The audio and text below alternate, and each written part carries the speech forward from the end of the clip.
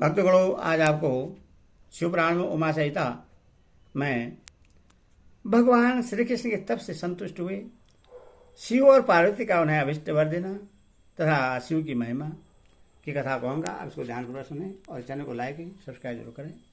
कथा सुनिए। जो रजोगुण का आश्रय ले संसार की सृष्टि करते हैं, सत्य गुण से संपन्न हो सातों भुवनों का धारण पोषण करते हैं, तपोगुण से युक्त हो सबका सहार करते हैं तथा त्रिगुणमयी माया को लांघ कर अपने शुद्ध स्वरूप में स्थित रहते हैं। उन सहिजानंद स्वरूप अनंत बोधमय निर्मल एवं पूर्ण ब्रह्मा शिव का हम ध्यान करते हैं।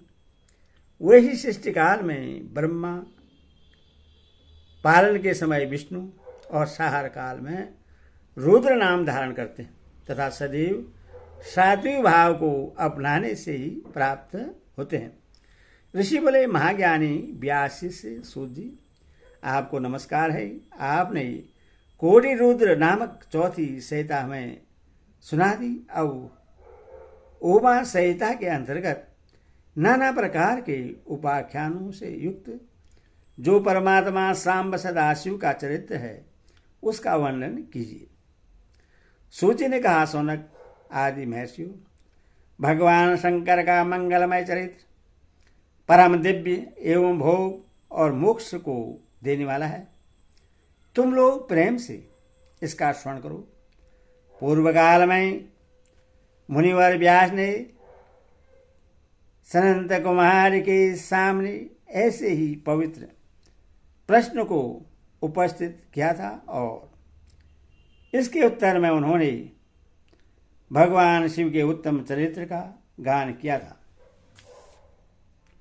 उस समय पुत्र की प्राप्ति के निमित्त श्री कृष्ण के हिमवान पर्वत पर जाकर महर्षि उपमन्यु से मिलने, उनकी बताई हुई पद्धति के अनुसार भगवान शिव की प्रसन्नता के लिए तप करने, उनके तप से प्रसन्न होकर पार्वती, कार्तिकेय तथा गणेश सहित शिव के प्रकट होने तथा श्री कृष्ण के द्वारा उनकी स्तुति पूर्वक वरदान मांगने की कथा सुनाकर सनंद कुमार जी ने कहा। श्री कृष्ण का वचन सुनकर भगवान भव उनसे बोले, वासुदेव, तुमने जो कुछ मनोरथ किया है वह सब पूर्ण होगा।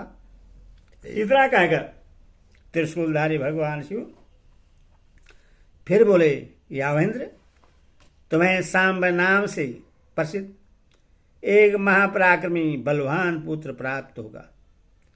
एक समय मुनियों ने भयानक सवर्तक प्रलय कर सूर्य को सांप दिया था कि तुम मनुष्य योनि में उत्पन्न होगे, अतः वे सवर्तक सूर्य ही तुम्हारे पुत्र होंगे। इसके सिवा जो जो वस्तु तुम्हें अभिष्ट है वह सब तुम प्राप्त करो।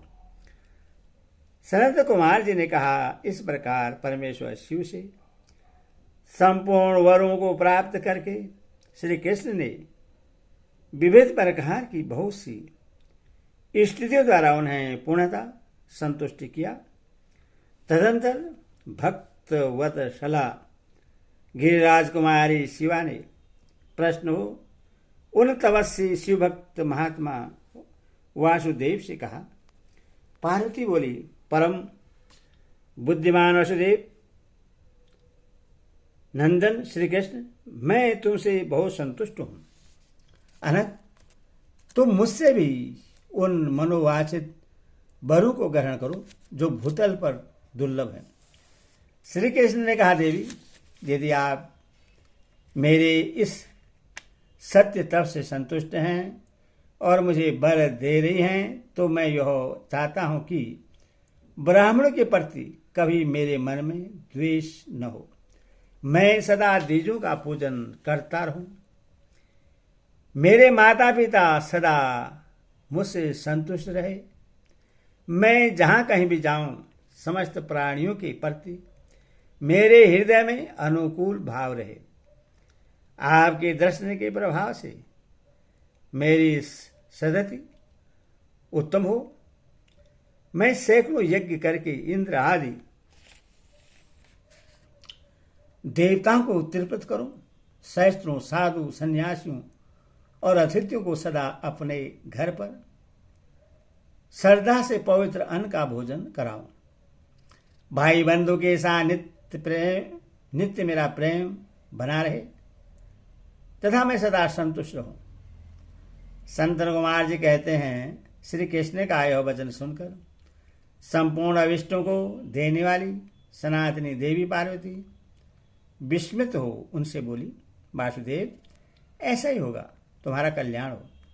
इस प्रकार श्री कृष्ण पर उत्तम कृपा करके उन्हें उन वरों को देकर पार्वती देवी तथा परमेश्वर शिव दोनों वही अंतर्ध्यान हो गए। तदंतर केशिहंता श्री कृष्ण ने मुनिवर उपमन्यु को प्रणाम करके उनसे वर प्राप्ति का सारा समाचार बतलाया। तब उन मुनि ने कहा, जनार्दन, संसार में भगवान शिव के सिवा दूसरा कौन महादानेश्वर है तथा क्रोध के समय दूसरा कौन अत्यंत दुस्सह हो उठता है। महायशवी गोविंद दान तव शौर्य तथा स्थिरता में शिव से बढ़कर कौन है। अतः तुम शंभु के दिव्य ऐश्वर्य का सदा स्मरण करते रहो। तदंतर उपमुनि के द्वारा शिव की महिमा सुनने के बाद उन मुनीश्वरों को नमस्कार करके वसुदेव नंदन केशव मन ही मन शंभु का स्मरण करते हुए द्वारिकापुरी को चले गए। ओम नमः शिवाय, ओम नमः शिवाय।